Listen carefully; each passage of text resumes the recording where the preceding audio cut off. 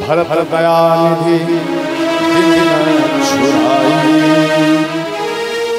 तो ये भरत जी राम के जैसे स्वभाव के और भरत जी को दया लगे और दौड़ते हुए गए और मंथरा को मारने से बचाया। भरत शत्रुघ्न जी को रोक दिए, बोले भैया इसमें मंथरा का दोष नहीं है, इसमें अपना परिवार का दोष है। भरत जी कहते हैं कि भैया आप 10 हंडी को रखिए, ध्यान रखिए परिवार की बात बोल रहा हूं, आप 10 हंडा 20 हंडा इस बीच में रख दीजिए, एल्युमिनियम वाला, ध्यान देना आप रख लीजिए और सुबह से शाम तक बगल में आप बैठे रहिए और शाम से रात तक बैठे रहिए, फिर रात के बाद फिर सुबह होगा, सुबह से फिर शाम तक बैठिए, क्या वो हंडा आपस में आवाज करेगा? बताओ जल्दी से। आप 20 हंडा समझते, ये एल्युमिनियम वाला, उस हंडा को 20 पीस रख दीजिए सटा और सुबह से शाम तक बैठे रहिए, तो क्या वो हंडा आवाज करेगा? बोलो ना हाँ या नहीं? वो आवाज नहीं करेगा। जब आप उस जगह से खिसक जाएंगे इधर उधर, ध्यान देना, तो रोड में चलने फिरने वाला व्यक्ति देखेगा हंडा, अरे ये हंडा तो बड़ा सुंदर लग रहा है, जरा मैं इस हंडा का मैं आवाज दूंगा, सुन लो, ध्यान देना। तो वो चलता फिरता व्यक्ति एक कंकर उठाएगा रोड से, ध्यान देना, चलता फिरता वो व्यक्ति एक कंकर रोड़ी उठाएगा, इधर उधर देखेगा कोई है तो नहीं रखने वाला, जब देखेगा कोई नहीं है तो वो रोड़ी को हंडा के बीच में फेंक देगा और वो सब हंडा आपस में हरमर करने लगेगा, सब ढनमन करेगा, आवाज करेगा। उसी प्रकार से एक परिवार होता है।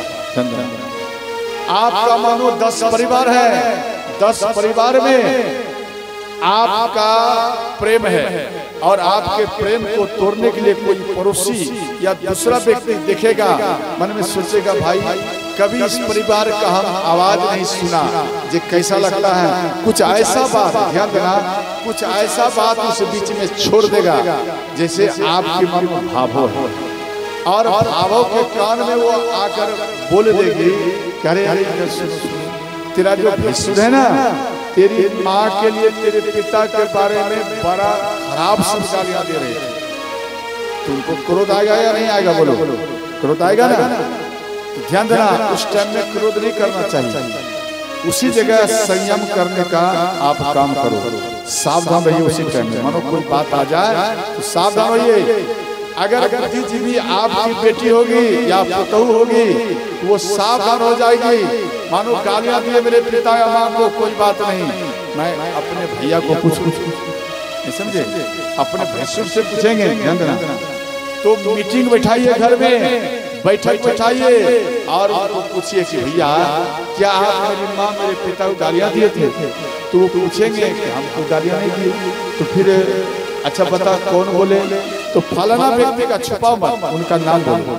जैसे ही आप ऐसा भाव रखेंगे बोल देंगे, याद रखना, अगर आप अपने अंदर में ऐसा भाव रखेंगे, विचार रखेंगे और बोल देंगे फलाना व्यक्ति हमको कठोर वचन आपके बारे में बोल दिया है, तो ध्यान देना, तो वो चोर पकड़ा जाएगा, उसको दंड दिया जाएगा। अगर आप मन में बैठा के रखेंगे, छुपा के रखेंगे और आप घुट घुट कर रोते रहेंगे, तो वो चोर बार बार फायदा उठाएगा और आप सब परिवार आपस में बार बार लड़ते रहेंगे। आप समझ गया? इसलिए किसी प्रकार का समस्या आवे या किसी प्रकार का कोई बात आवे, आप आपस में मीटिंग करिए, इसके बाद आप कोई स्टेप लीजिए तो अच्छा होगा और आपके परिवार में कोई दूसरा व्यक्ति फायदा नहीं उठा पाएगा। बात समझ गया? या भरत जी को कह रहे हैं, भरत जी कह रहे हैं शत्रुघ्न को, भैया इसमें मंथरा क्या दोष? मंथरा का कोई दोष नहीं है, इसमें दोष तो मेरे परिवार का है। मानो ये कुछ गलती बोल दिया है वो ठीक है, परंतु गलती जो बोल दिया सुनने वाले के अंदर में होना चाहिए कि ये गलती किस प्रकार से बोल रही है, तो मेरे परिवार के अंदर में होना चाहिए। तो अंत में इसका कोई दोष नहीं, छोड़ दो, माँ कौशल्या के पास में माँ माँ कहते हुए भरत जी आ रहे हैं। माँ कौशल्या उठ करके खड़ी हुई और 7 दिन से ध्यान देना, 7 दिन से 8 दिन से माँ कौशल्या भूखी प्यासी थी। इसलिए जैसे ही भरत जी माँ माँ कहते हुए आ रहे थे तो माँ कौशल्या सोची कि राम आ रहे हैं। क्यों? राम और भरत के एक जैसा आवाज, एक जैसा उसका रूप भी था। तो श्री भरत जी का आवाज सुनकर माँ कौशल्या उठ करके खड़ी हुई और शरीर में चक्कर आया और ध्यान से जमीन में गिर गई। और जैसे ही गिर गई तो दौड़ते हुए भरत जी गए और माँ के सिर को अपने गोदी में ले जल छीटे। उसके बाद बोले, माँ मेरे भैया राम कहाँ है? और मेरे पिता कहाँ है? मेरी माँ सीता कहाँ है? मेरे भैया लक्ष्मण कहाँ है? बोले, बेटा अनर्थ हो गया। ये अनर्थ हम केवल देखता रहा और बेटा हम कुछ नहीं कर पाया। तो अंत में पिता के पास आए, पिता के हाथ को, पिता के सिर को, पिता के चरण को छूकर श्री भरत जी रात भरी पिता पिता कहकर रोते रहे।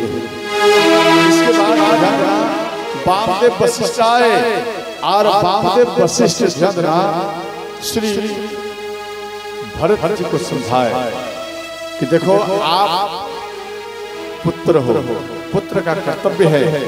जो पिता आपको कांधे पर लेकर बाजार घुमाया, घर घुमाया, आंगन घुमाया, मेला घुमाया, और उस बेटा का भी कर्तव्य होता है कि पिता जब मर जाए तो उसके अर्थी को कांधे पर लेकर और शमशान घाट पर लेकर जाना चाहिए। एक पुत्र का कर्तव्य होता है।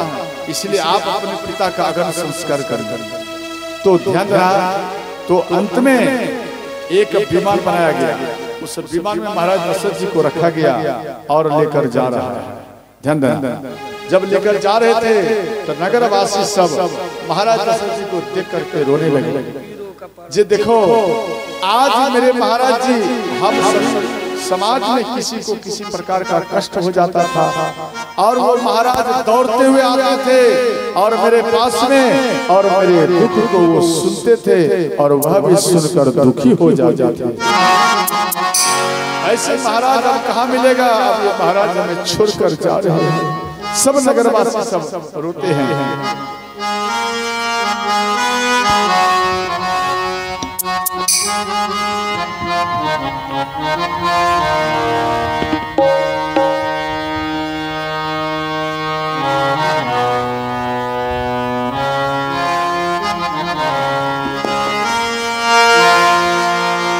जब जाए गाया कुछ भी साथ होगा, 2 गज कफन का टुकड़ा लिबास होगा, 2 गज कफन का टुकड़ा तेरा लिबास होगा।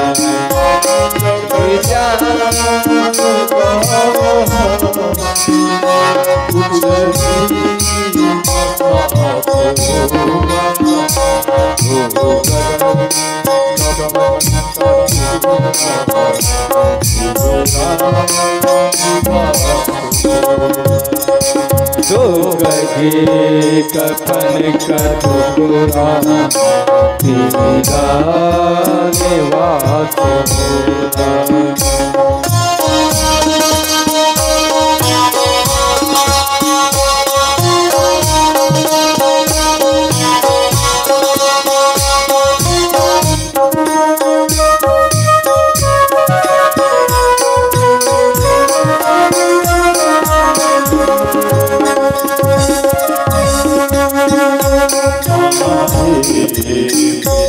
हर जाए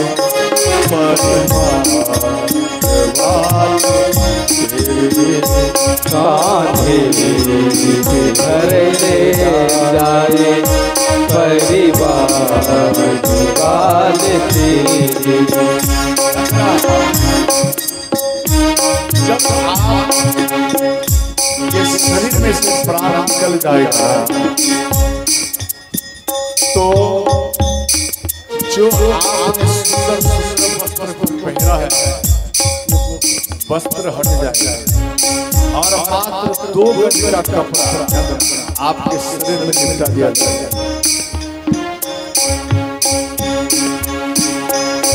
और आपके जो परिवार है वो आपको कांधे पर लेकर जाएगा।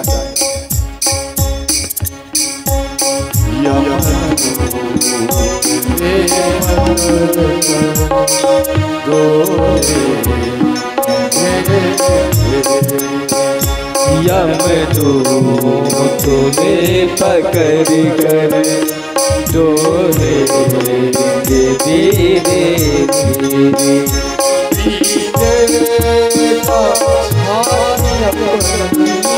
पीटेगा छाती अपने। कौन सा लिखता है? मानो जिसका बेटा चला गया या जिसका मानो मां चली गई, बेटा कब रोके? बेटा कब रोएगा? और बेटी ज्यादा रोती है। क्यों? आज मेरे पिता से मेरी मां थी तो मेरा ये नहरा थी, और आज मेरी मां मेरे पिता आज मुझे छोड़कर जा रहे। मां आपके चले जाने के बाद ना जाने के लोग पूछेगा या नहीं पूछेगा। जब तक मां है आपकी मां जैसी भी स्थिति में है फिर भी समझ लेना आपका नहरा जिंदाबाद है। अगर मां चली गई तो नहरे में पावर घट जाता है उस बेटी के लिए। इसलिए वो बेटी मां के याद तो कर कर वो बेटी बार बार वो रोती है। पीटेगा छाती अपनी, पीटेगा छाती अपनी, मनवा गज कफन का 2 गज कफन का टुकड़ा तेरा।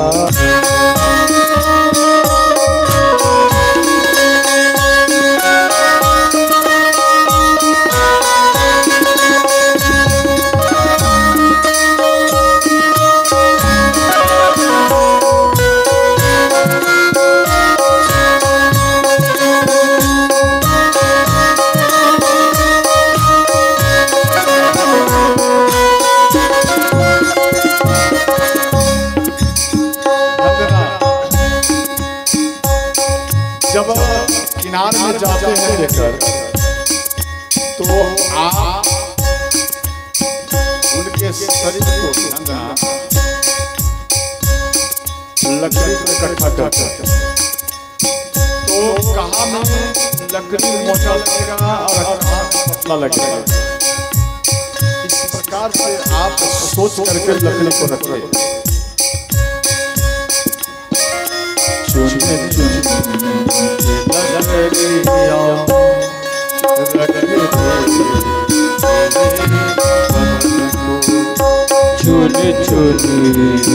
लकड़ियों में रख दे तेरे कफन को।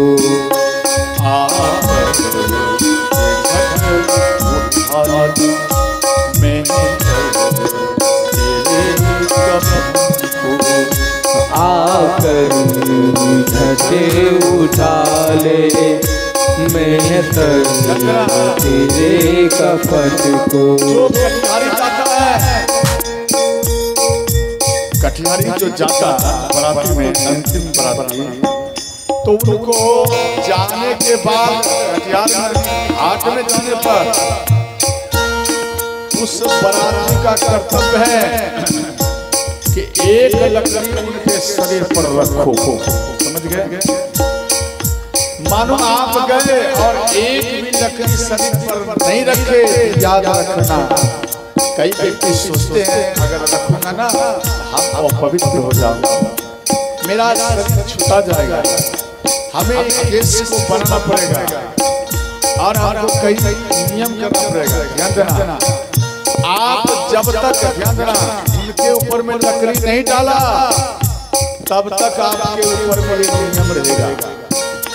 और अगर एक लकड़ी याद करके ध्यान देना, प्रेम का याद करके एक गिरा कर अगर उस भाई या मित्र या चाचा या पिता समझकर ध्यान देना अगर लकड़ी को रख दोगे तो याद रखना जो व्यक्ति जा रहा है उसका ही अभिषेक हो जाता है। हर आदमी का अभिषेक हो गया, आपके संकट को आपके कष्ट को हरण करते हुए वो अपने साथ लेकर चले जाएंगे। ध्यान देना, आपको निर्मल बनाकर चले जाएंगे और आप निर्मल हो जाओगे। इसलिए एक लकड़ी रखा करो, जो व्यक्ति नहीं रखा समझ लो वो जिंदगी भरी वो अपवित्र है। और जो लकड़ी को रख दिया, शरीर को स्पर्श कर लकड़ी को रख दिया, याद रखना वो सदा सदा के ही वो पवित्र ही हो गए। वो पवित्र आत्मा है, पवित्र शरीर है, सब लोग उसको प्रणाम करते हैं। ध्यान रखना, जिस प्रकार से मंदिर में व्यक्ति प्रणाम कर सिर झुका कर जाते हैं उस प्रकार से अपनी जाते हुए व्यक्ति हाथ जोड़कर उनको बार बार प्रणाम। ध्यान रखना, तो कभी भी चाहे इस कार्यक्रम में जाओ या चाहे जैसे जाओ, आप गाड़ी में उतर कर दौड़ कर जाइए, एक लकड़ी कंधा में स्पर्श कर अपना तो आपका कल्याण ही कल्याण हो जाएगा।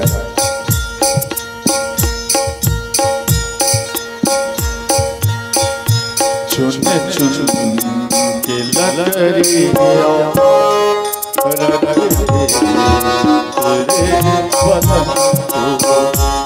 चुन चुन की लकड़ियों को रख दी तेरे कदम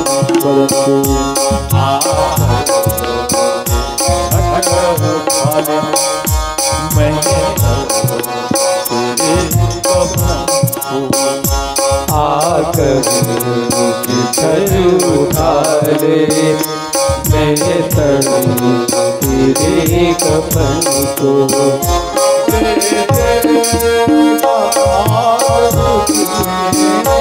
दे देगा याद तुझे बेटा।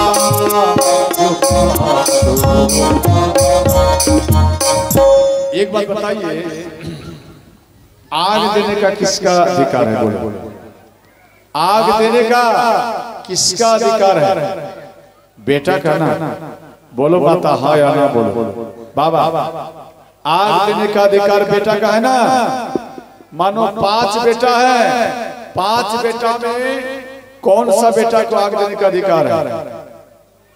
जल्दी में बोलो ना माता। बाबा, 12 बेटा को बोलो ना हाँ या नहीं? 12 बेटा को आग देने का अधिकार है। अगर 12 बेटा नहीं है तो छोटा बेटा पक्का बोल रहे हैं? अच्छा ठीक, इस बीच वाला बेटा नहीं दे सकता? बोलो ना हाँ या नहीं? नहीं देगा। ध्यान देना, ये समाज में रीति है, नहीं देगा। ध्यान देना, 12 बेटा आग दे सकता है, छोटा बेटा आग दे सकता है, बीच वाला नहीं दे सकता। अच्छा एक बात बताओ, ये 12 बेटा चाहे छोटा बेटा कितना भी माँ और बाप को लात मारे तो क्या तो पर भी वो आग देने का अधिकारी है? जरा विचार कर देखो।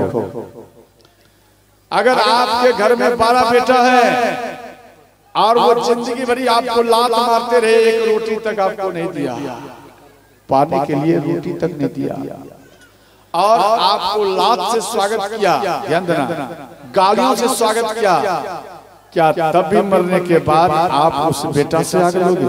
जरा विचार कर, ध्यान देना, ध्यान देना, आप मुक्त नहीं होंगे।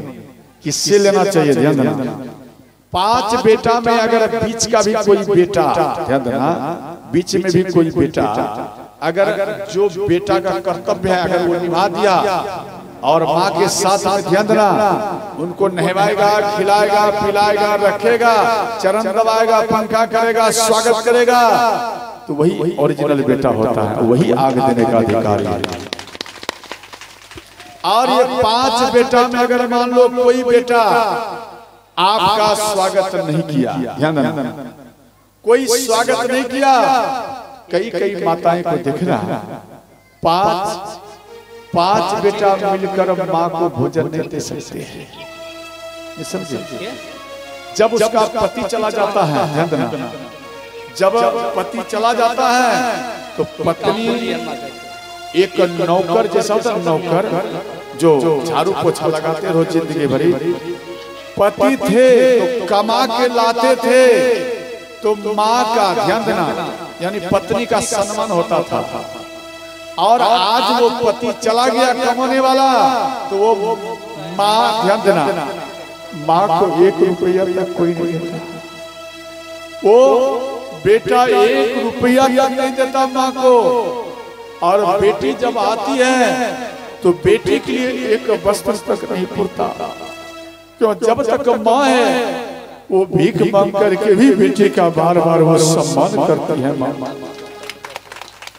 और वो माँ को, ध्यान देना, वो माँ को 1 रुपया देते और माँ को दिन रात उससे काम कराते हैं।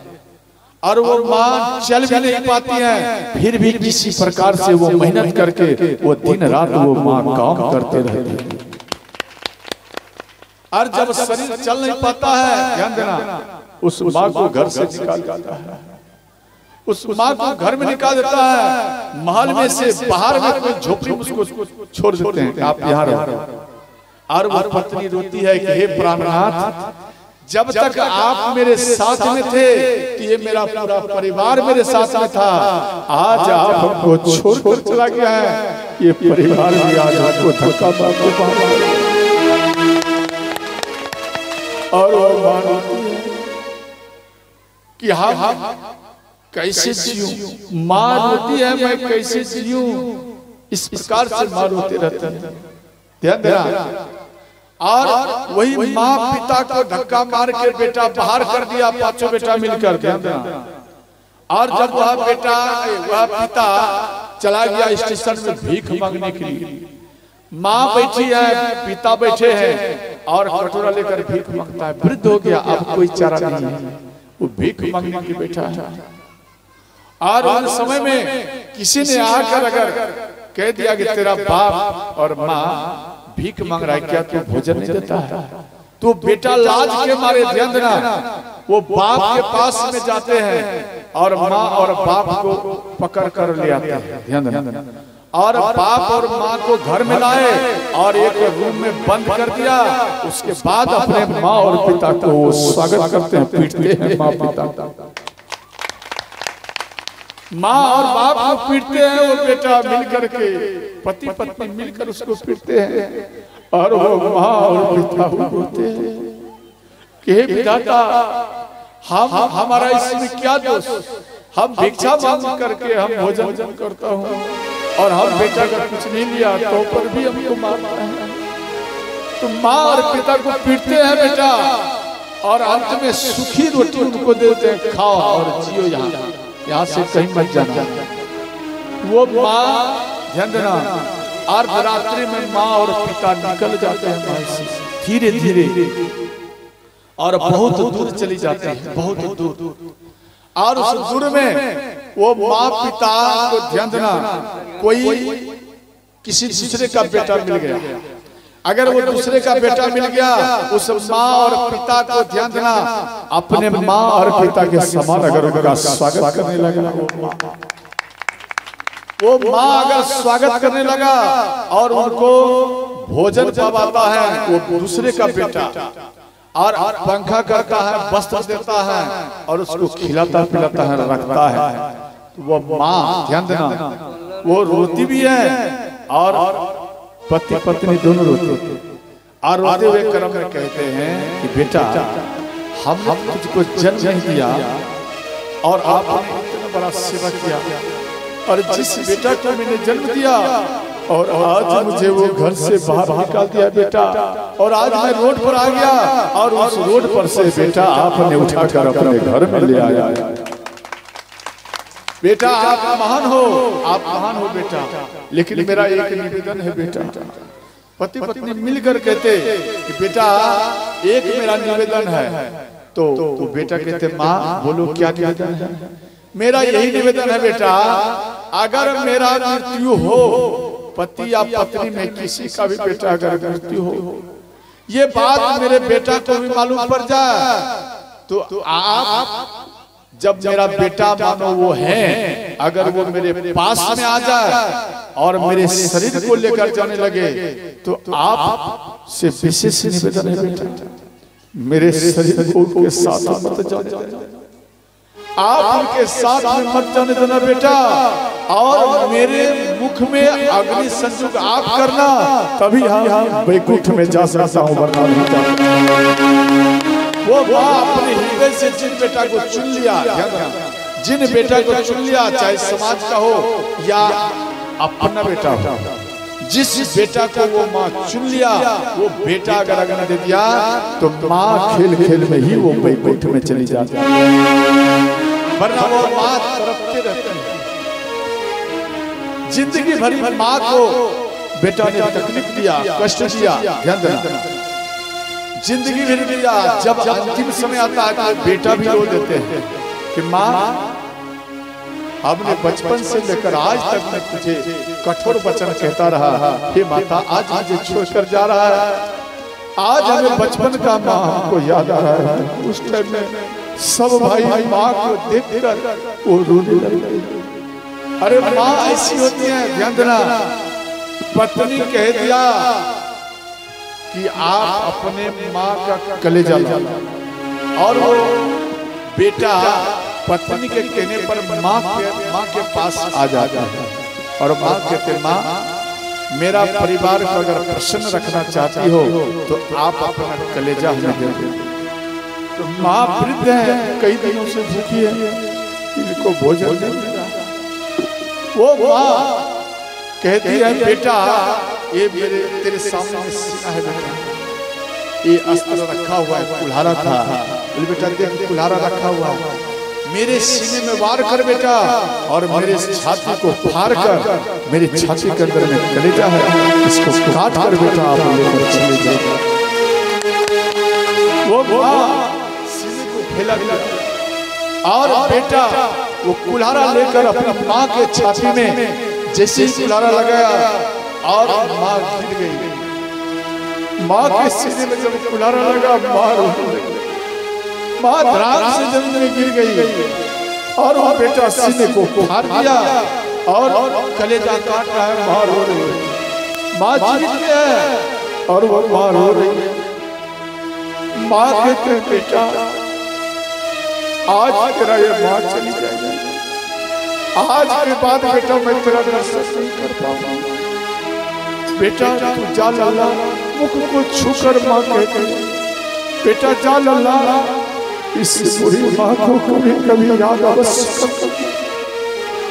वो माँ रोते हुए, और वो बेटा कठोर माँ के कलेजे को काट लिया और काट करके जा रहा है बेटा। और आगे में जैसे ही चरण में ठोकर लगा, वो बेटा धड़ाम से जमीन में गिर गया और वो कलेजे छिटक गया। जैसे ही छिटक गया तो कलेजे से आवाज आया कि बेटा तुझे चोट तो नहीं आया? इसके बाद बेटे के अंदर में ज्ञान प्रकट हुआ, अरे मैंने बहुत बड़ा अपराध किया, मैंने अपनी माँ को ही मार दिया, मैंने अपनी माँ को मार दिया। वो बेटा भागते हुए माँ के पास आते हैं, माँ तरफ कर बेटा कहकर वो मर गए। और माँ के सीने में ध्यान देना, माँ के चरण में गिर कर वो बेटा रोता है। और माँ ऐसी होती है, याद रखना, अपने बेटा के खुशी के लिए हर कष्ट सहने के लिए माँ तत्पर रहती है। लेकिन उससे अगर 1% भी बेटा अगर थोड़ा कष्ट उठा के माँ का सम्मान कर ले तो वही बेटा मातृभक्ति बन जाता है, वही बेटा मातृभक्ति बन जाता है। और यहाँ जो सम्मान माँ का दिया, जो प्यार किया वही बेटा का अधिकारी है। वो समाज में ऐसा मत सोचे कि भाई 12 है या छोटा, ये ना देखे, ये देखे कौन सा बेटा अपनी माँ का मान रखा है, सम्मान दिया। उस परिवार में भी ऐसा होना चाहिए और अंत में उसको अग्नि संयोग करना चाहिए। वही हुआ सच्चा बेटा।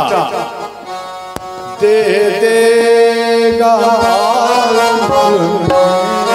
दे देगा याद तुझ में बेटा तो गजी कपट का टुकड़ा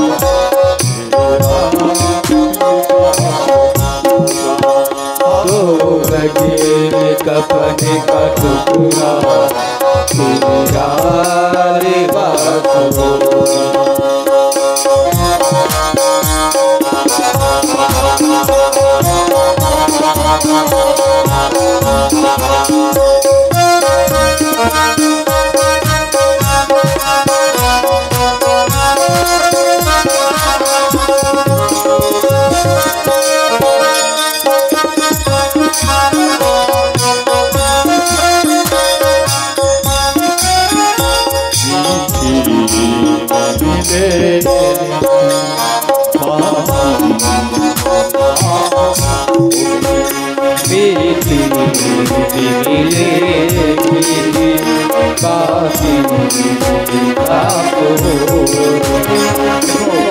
जलने के बाद आपका शरीर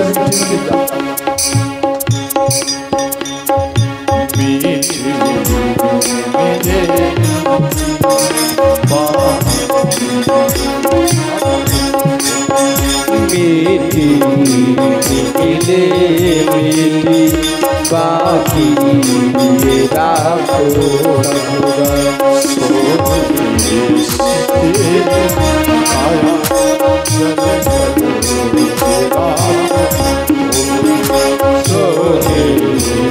तेरी काया जल कर मेरा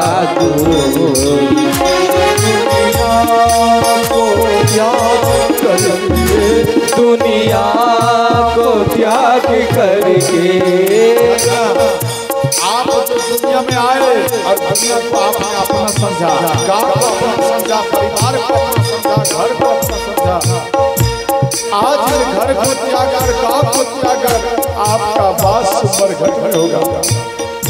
दुनिया को त्याग दुनिया को त्याग करके मरगत के दो गज कपन का टुकड़ा